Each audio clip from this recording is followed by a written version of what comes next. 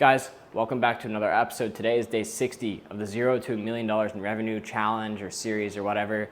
And if you're new, basically I'm building a CBD company from $0 to $1 million in revenue and documenting just about every single day and all the tasks that go into it, everything I do every day, and just my thoughts. This is like a digital journal, if you will.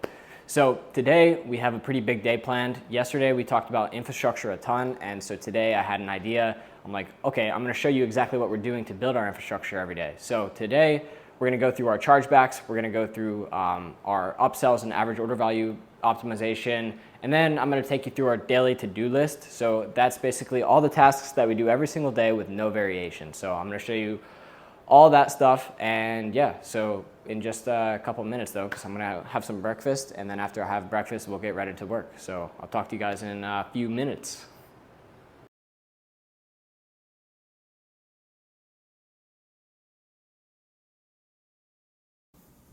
All right, so we are in the office now. Got the wonderful view of the city right behind us, and yeah, so first task of the day for us is typically checking our chargebacks, because right now that's the most important thing to our business, right?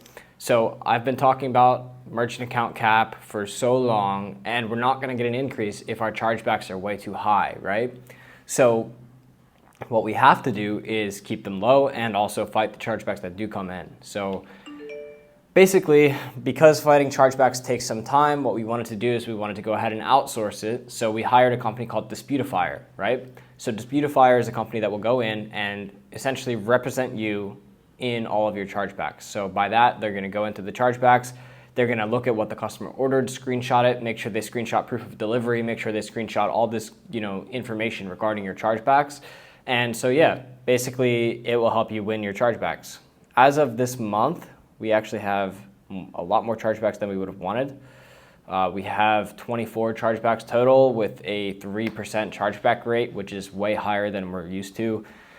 And basically, for those of you who don't know, a chargeback rate above 1% is not liked by the banks. So we have a pretty big issue this month where we're trying to go ahead and iron out our chargebacks, either winning them or just preventing them altogether. So in order to onboard Disputifier, what we're gonna do is invite them to our CRM. So the CRM is Connective. Connective is like our version of Shopify. So Shopify is a CRM, Connective is a CRM. There's plenty of CRMs out there. Our choice is just Connective because it's got a lot more capability. Like there's so many reports that we can read. There's more options to integrate our funnels. There's just so many more options in Connective than there is in Shopify.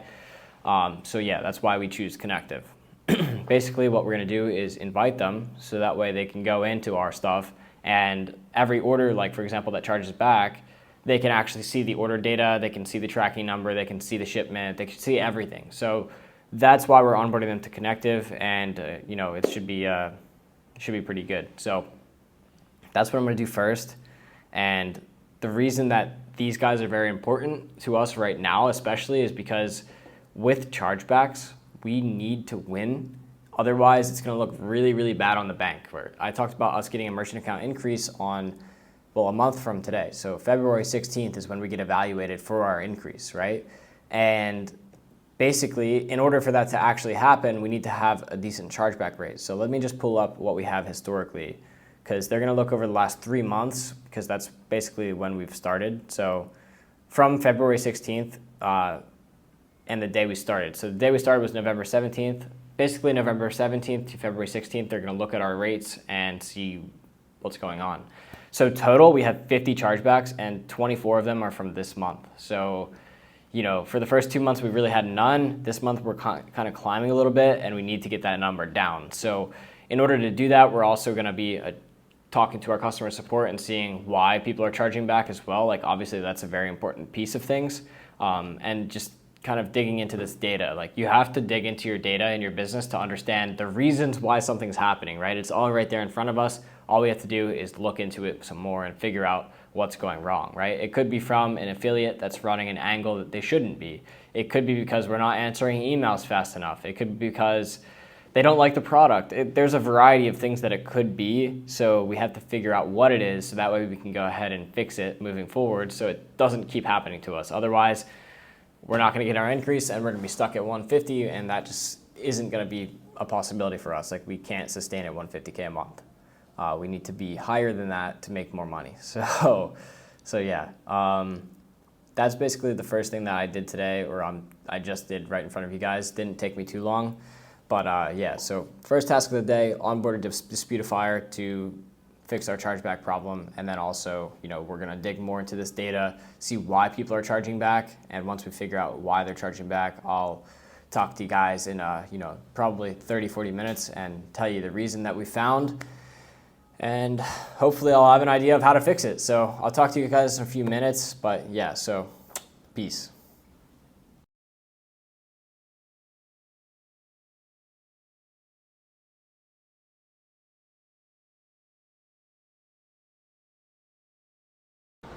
All right, so we actually switched our office up. We're out on the balcony right now. It's a really nice day, so gonna work out here instead of the office for the time being. But the second thing that we're gonna do today is run through what we did to basically increase our conversion rate, optimize our average order value, and yeah, so let's get into it. Basically, let me pull up my old page versus my new page. I can't show you guys yet. I did kind of try to take a quick video before this and see if I was able to screen record and edit it, but I am not there yet. So maybe I'll hire an editor in a later video or something just so I could show you guys the actual page itself.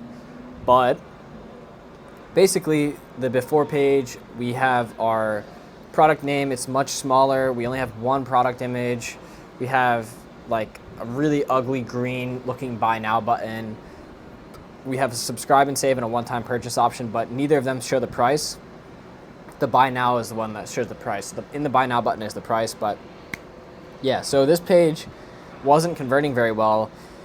And the reason it wasn't converting was because there's only one image and it's not very well put together. So what we had to do was think about the psychology behind why people buy a product online, right?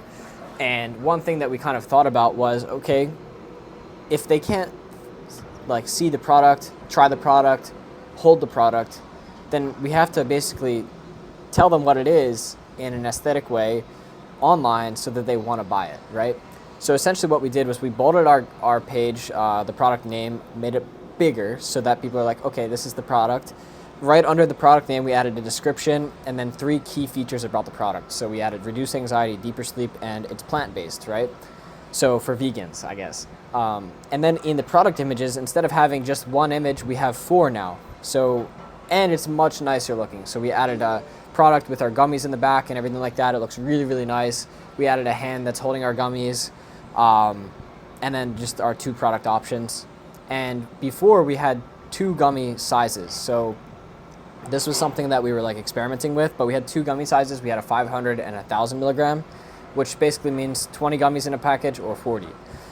So rather than having 2 product pages for just 2 different sizes of gummies, what we wanted to do was just combine it. Because if you're buying a shirt, well, I mean, basically, we didn't want to have a shirt like we don't want to have a. Oh my God. Okay, so if you're buying a shirt online, you don't find a product that's for the small shirt, a medium shirt, and a large shirt, and an extra large. They just have it all on one product page. So we did the same exact thing for our gummies. So now they could select their size. Instead of just having a subscribe and save option or a one-time, we added a 1 bottle option, a subscribe and save, or a 3-month saver. So instead of just pushing the 1 bottle or a subscription, we're pushing subscribe and save or a 3-month saver.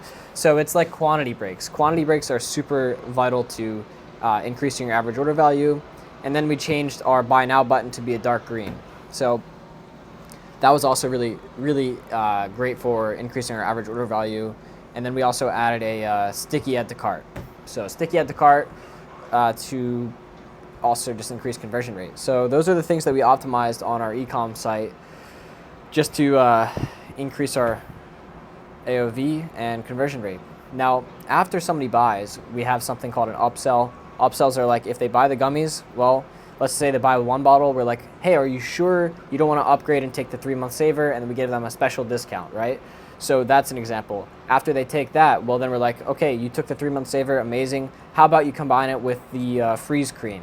So we try to upsell them the freeze cream. If they take the freeze cream, then we try to upsell them the oil So we try to upsell just about every single product in a unique way so that they want to take that offer, right?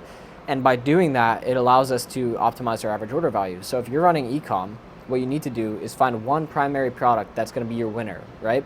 And you can go ahead and do quantity breaks to increase your average order value on that winner. But once you have that already sorted out, then you want to find products that can go alongside it, right? Let's just say you're selling, I always use this analogy, a baby diaper bag. I sold this in the past, right? So you sell the bag, okay? What else would somebody who's buying a baby diaper bag need? So you would find some small products that could go along afterward as upsells after they already buy the baby bag. So you could say, okay, great, you already bought the baby bag. How about this milk transport bottle? I don't know, just something like that to sell them more products, increasing your average order value. So for us, increasing AOV is like probably the most important thing because we pay a good CPA per sale. So we have a good payout for our affiliates. We have a good payout for, and we have a pretty high CPA on our own traffic as well. So we have to increase our AOV and ideally get them subscribed or buying, the 3-month saver package in order to be profitable on the sales. So the more people spend with you, the more profitable you're going to be on every single sale. So that's pretty much what we go ahead and do. But yeah, so today, essentially what we're doing is I'm going to be running through our take rate on our upsells and see which products are being taken the most. As we see which products are being taken the most, well, then we're going to start to push those to the beginning of the line and maybe play around with the sequence, right? So if people are taking the oil over the freeze cream more often, well, then we're going to push the oil first so that we have a better chance of people taking the oil, right? So that's pretty much how we're going to go ahead and optimize our average order value and our upsell funnels. And yeah, it's pretty simple. After you kind of get the ball rolling, then you just look at your KPIs, which are just key performance indicators, and you can see, okay, this one's doing better than this one. Let's try to move this to the front of the line. Like I said before, business is all a game of just testing different things. And if you continue to test, eventually you're going to find a working formula, right? And that's exactly what we're trying to do now because we're 60 days in, we still have a long road ahead of us, right? So we're scaling to $1 million, that's the series, but I've told you this before, we're trying to take this company to $10 million a year and more. So obviously that's our goal. And I want you guys to know also that this isn't just like I'm not some like super amazingly successful guy. I would consider myself to be still at the beginning, right? There's always levels. And so I've had a lot of experience over the last 7 years with ecom, but I still haven't gotten to the point where I want to get to, mainly because I've been up and down all the time. And so this time I feel so locked in, like I just feel this is the one that's going to take us to the level we need to get to. And I mean, I'm actually really happy to be sharing this entire journey because it is 0 to $1 million. It is 0 to $1 million. So I just want you guys to know that this is a come up. This is not already successful business. We're still working every single day to just make our dreams come true. So yeah, I mean, I'm super excited just to keep pushing on with this. It's been awesome, and I'm happy that I can use the experiences from all the failures that I've had in the past to basically improve this business and already just learn from my losses. That's the most important thing that I've taken away from everything I did in the past was the lessons between the losses were like, this is what you need to do next. So here I am, and we're constantly working. I mean, before I had ecom stores and I just never worried about the upsells or I never worried about AOV, and now I have to kind of get into that and worry about it more. This is like very important. So if you're starting ecom, learn from my mistakes and focus on your AOV and upsells. That's super important. But all right, guys, I'm going to go ahead and look into this data. After I kind of have some of this data, I'll let you know. I found out the reason for the chargebacks earlier was mainly just friendly fraud. So it's just people that get their items and charge back afterward. We're going to look into adding some tools to prevent friendly fraud. There's one that I've seen called Count. It's called Count with a K, so Kount. Count is like a fraud prevention service. So we're thinking about introducing Count to our sales. Hopefully that would help us reduce our friendly fraud and in turn our chargebacks as well. So after I get a quick batch test with Count, I'll let you guys know how that goes, but it's probably going to be 1 or 2 weeks until then. So in terms of revenue today, we've only done, let's see, $197, and that's off of a subscription. So yeah, it's going decent, but we're off that $197, we probably profited like $150. But yeah, super low volume right now because we only have a certain amount of cap this month. But yeah, I'm super excited for the future. You know, literally like 1 month from now, we're gonna be doing like crazy volume. So I'm saying it here first. But all right, guys, I'm gonna go get into this, and I'll talk to you guys probably shortly after that, or shortly after I'm done with this, while I make my my lunch. So yeah, peace. Bye.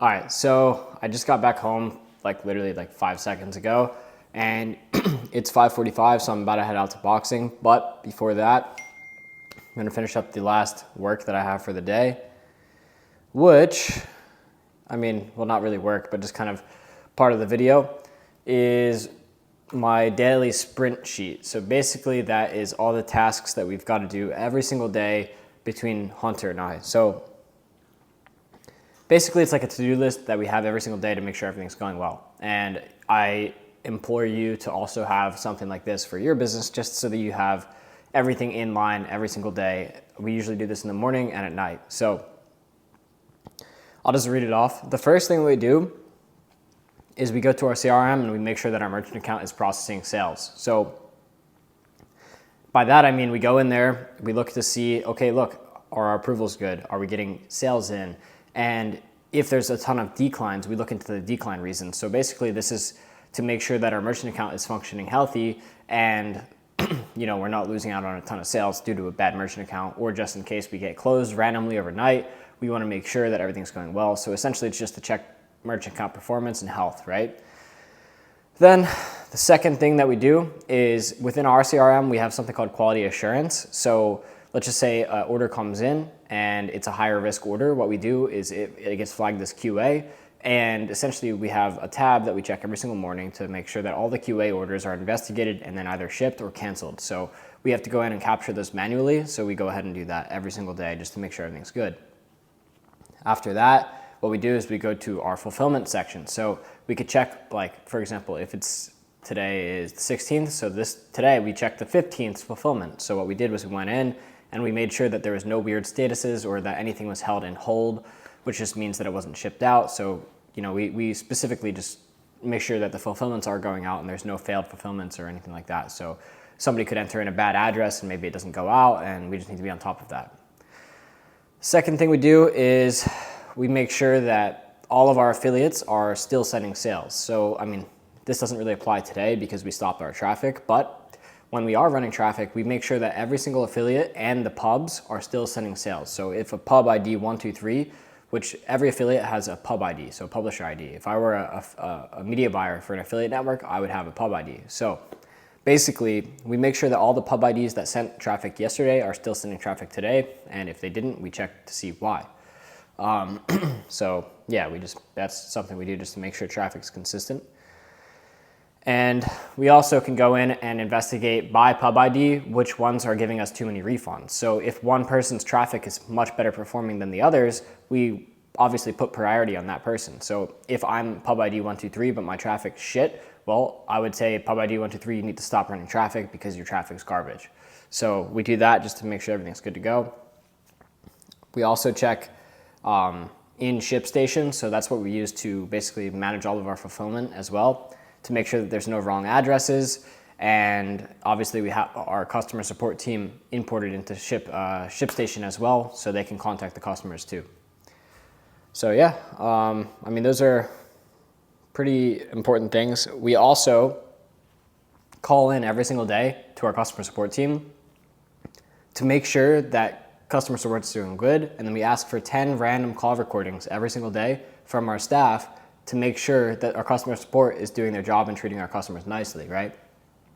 That's also how we can optimize our service scripts. Like, all of this is to optimize your infrastructure and know your business from the inside out. So that's something we do. Of course, we also log into our customer support email address to make sure that everything in there is being answered at timely manner. And yeah, so we also check and see the chargebacks every single day. So that's something I talked about this morning. We do check there.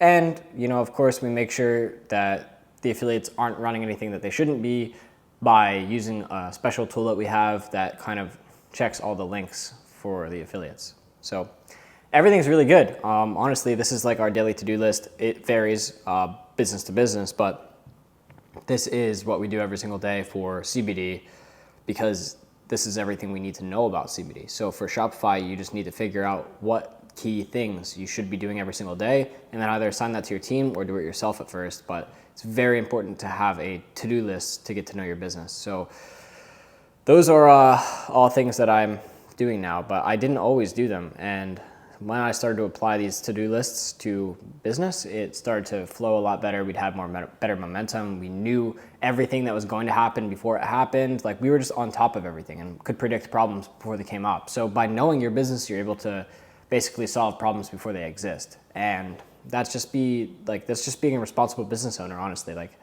it's there's a lot of degenerate people out there that are just like saying, oh yeah, just run it up, bro. Yeah, go for it. But if you want to build a real company with success over time, then this is something that I've experienced, and you need to do this. So yeah, I mean, massive progression for myself. Like, I used to just run stuff and not really care, and now I run this and I care a whole lot. And I've realized that by caring a whole lot and knowing everything else in my business, it's like made a world of a difference. So totally recommend doing it. But yeah, so I'm actually gonna head out to boxing right now, and I'll take you guys along for the drive. Super excited. Haven't boxed for like a couple days, probably like since last Wednesday when I was in Utah. So almost a week. So I'm pretty pumped to go ahead and do that. So I'll talk to you guys when I'm in my car, but I gotta wait for this elevator. The elevator in my building is down, so there's only one working one throughout all the floors, and I'm on floor 37. So sometimes it takes a minute to get here. So yeah, I'm gonna go ahead and wait for the elevator, and when I'm in my car, I'll start to record. So talk to you guys in a sec. All right, boys, we are on the way to boxing. It's raining a bit, and there's plenty of traffic, so welcome to Florida. You get sunny weather all day long, and then when it hits 5 p.m., you get rain and a ton of fucking traffic. We gotta love that. But we're going to boxing, so pretty excited. I'm gonna get there, warm up on the jump rope, so like 3 rounds, 3 minutes on the jump rope. Then I'm gonna get into shadow boxing, so that's where I feel like I've seen the most progress, really, is shadow boxing and sparring. Is like my two things that I'm like, those are the places where I'm growing. But yeah, so shadow box for like 3 or 4 rounds, and then when my coach gets there, we'll get into some pad work. And yeah, I would say pad work probably was what we'll do today. So it should be a really solid workout. After that, I'm probably gonna do some abs and some pull-ups and push-ups and dips. It sounded cool, actually, pull-ups and push-ups and dips. Yeah, so I'm gonna do all those. And yeah, but I think that for me, being active at least once a day is like the most important thing for my mental health. Like, people say therapy, bro, just go box. I promise it'll get better. But yeah, no. So for me, really staying active is like super important in my life. It's always been that way. Like, I've always been an active person, but now more than ever, like, you deal with a lot of stress in business. For me, the way that I get my stress out is in boxing. So I think that it's more of a sanctuary for me than anything. So I love it. I got into it this year, and I'm loving it, every second of it. I'm trying to compete this year a couple times, and then we have Golden Gloves next year. So we'll see what we can do about that. Maybe we'll grab a belt or something. I don't know. But yeah, I'm really happy about it.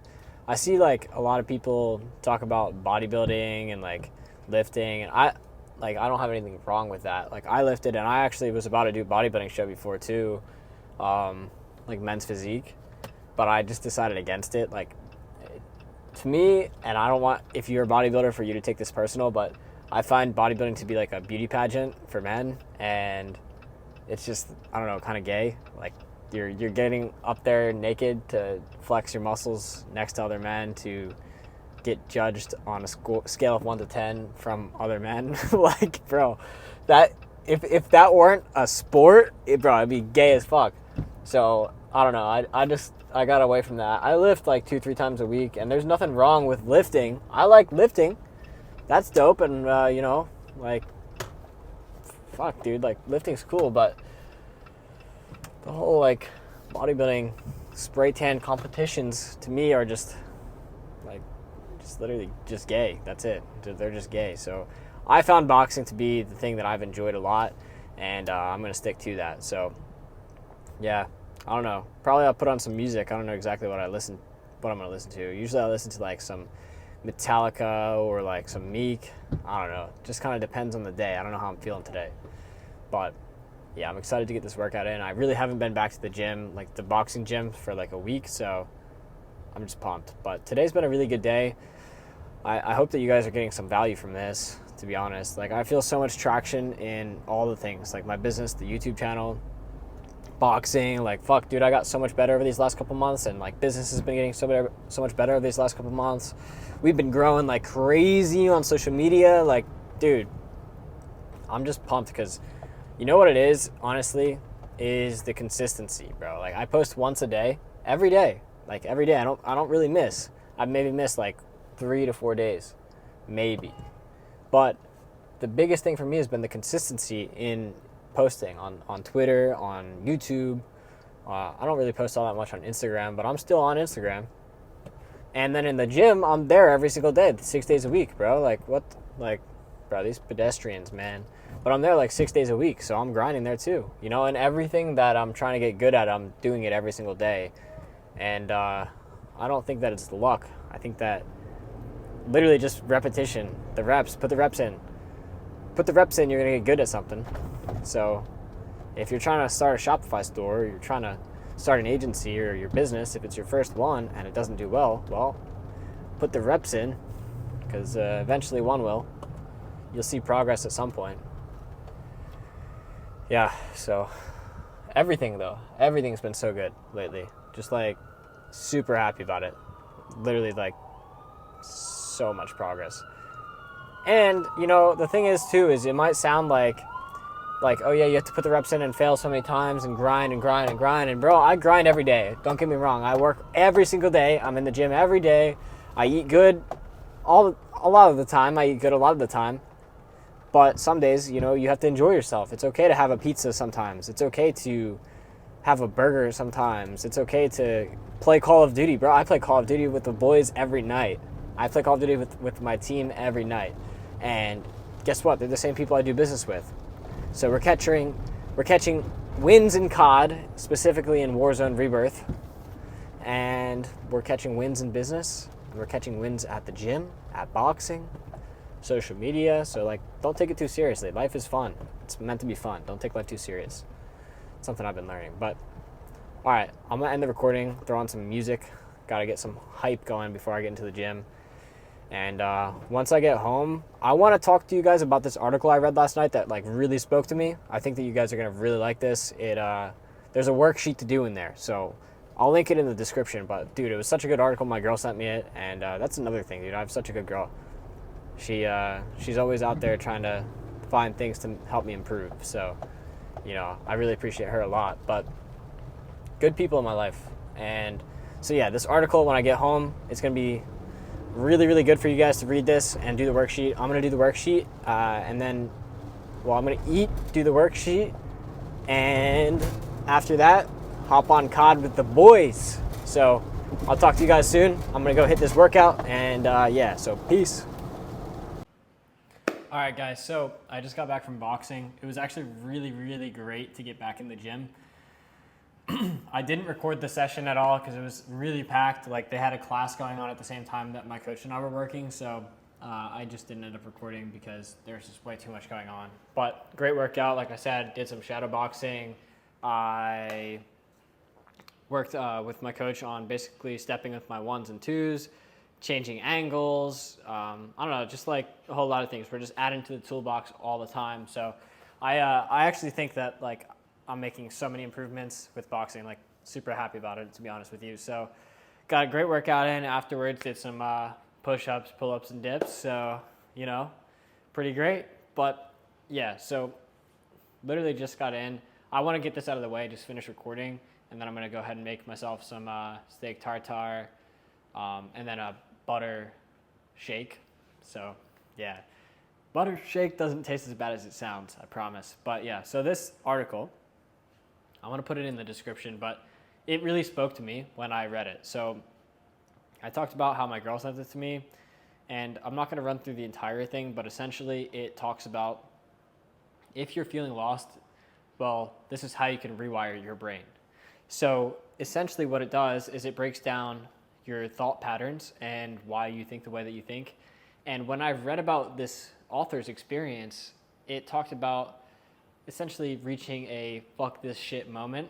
And in that moment is when you decide you have to kind of change something about your life. And well, I've reached that moment so many times in my life. And similarly to how this person, I think the article's author name is Selena, said that they refused to accept the fact that they were depressed because just like them, I feel like I never accept depression, or like I don't even acknowledge it. Like I'll say, yeah, I was feeling depressed before, but I'm never going to say that I'm depressed. Like that's just nothing that I won't say that, you know? And so just like them, you know, you can feel very sad and not feel very much at all.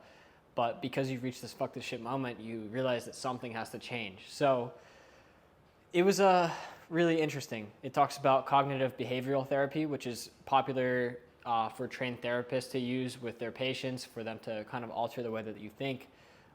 Literally billionaires pay people to use cognitive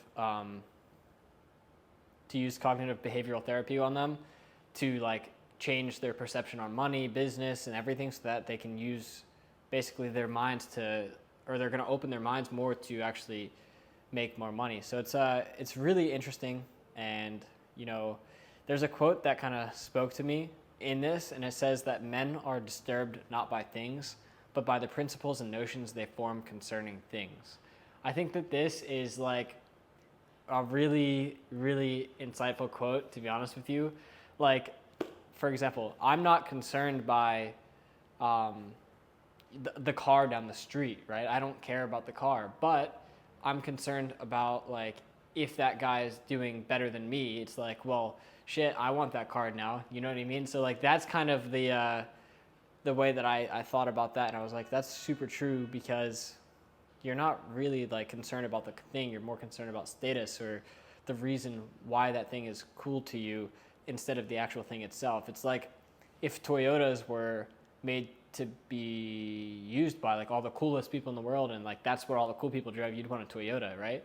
So I don't know, it's just it's pretty interesting. But there's a couple things that you can do, and it talks about this here. So I'm going to do this tonight myself. I'm not going to do it here, but basically the first step of this is to make a list of your core beliefs about yourself. So it says that if it doesn't arouse emotion in you, that means you're not doing it correctly enough and you're not diving deep enough. You're not being honest enough with yourself, right? So if you're seriously like scared to talk to women, but you think that you're the guy that gets all the women, well, you need to confront the fact that maybe you're really scared about it.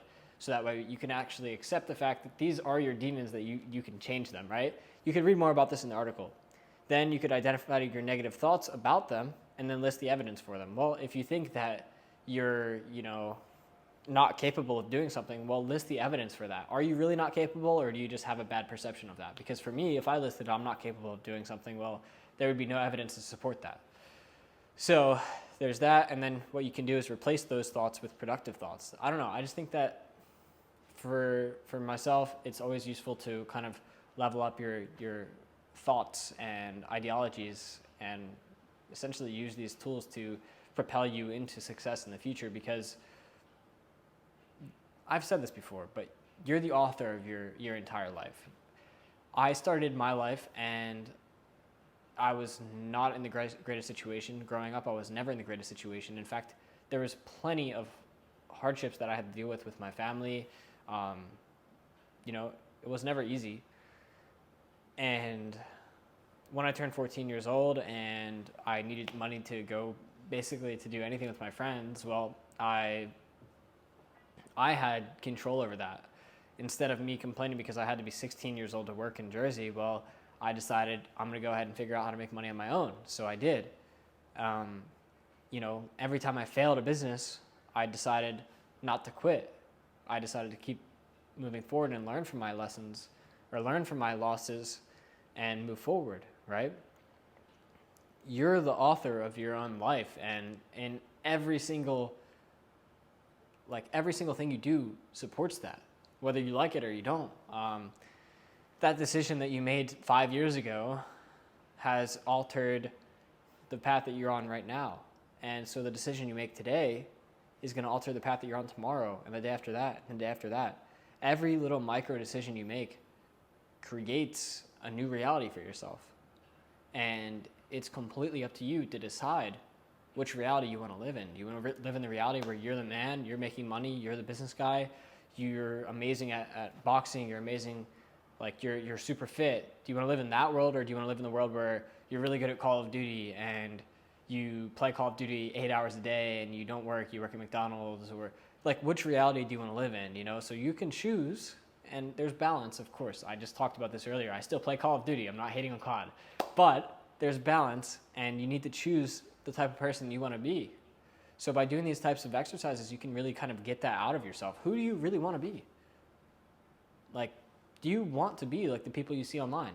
Because I don't want to be like 99% of them. Yeah, they make money, they're cool, but do you really want to be like that? And why do you want to be if you want to be like that? So these things are very important for you to decide, because ultimately, if you're starting business, my channel is all about my business, right? So if you're starting business, why are you starting it? Is it to make money, or is it to become the person that you want to be? And essentially what this does is it allows you to find your purpose, your mission, and it in turn brings you more value to your life. So I just think that this is a super useful article. I'm going to link this in the description. I hope that you guys read it. And yeah, so thank you guys as always for watching this episode. I hope you got some good value out of it. As always, if you have any questions for me, just comment, and I'm there to help you guys out and answer. But yeah, let me check before I end the video at what revenue we're at overall since we've started, so you guys get the gist of things, see where we're at. We didn't really do too much today, so it's not going to be a big difference from yesterday, but some different. Let's see, past 3 months. All right, we've done $364,084.48 since we started, and today is officially day 60. So, guys, thank you so much for watching. I'm super excited for the future of this. I'll see you guys tomorrow. As always, comment if you have any questions, and feel free to subscribe as well. We're trying to grow, boys. So, all right, I'll talk to you tomorrow.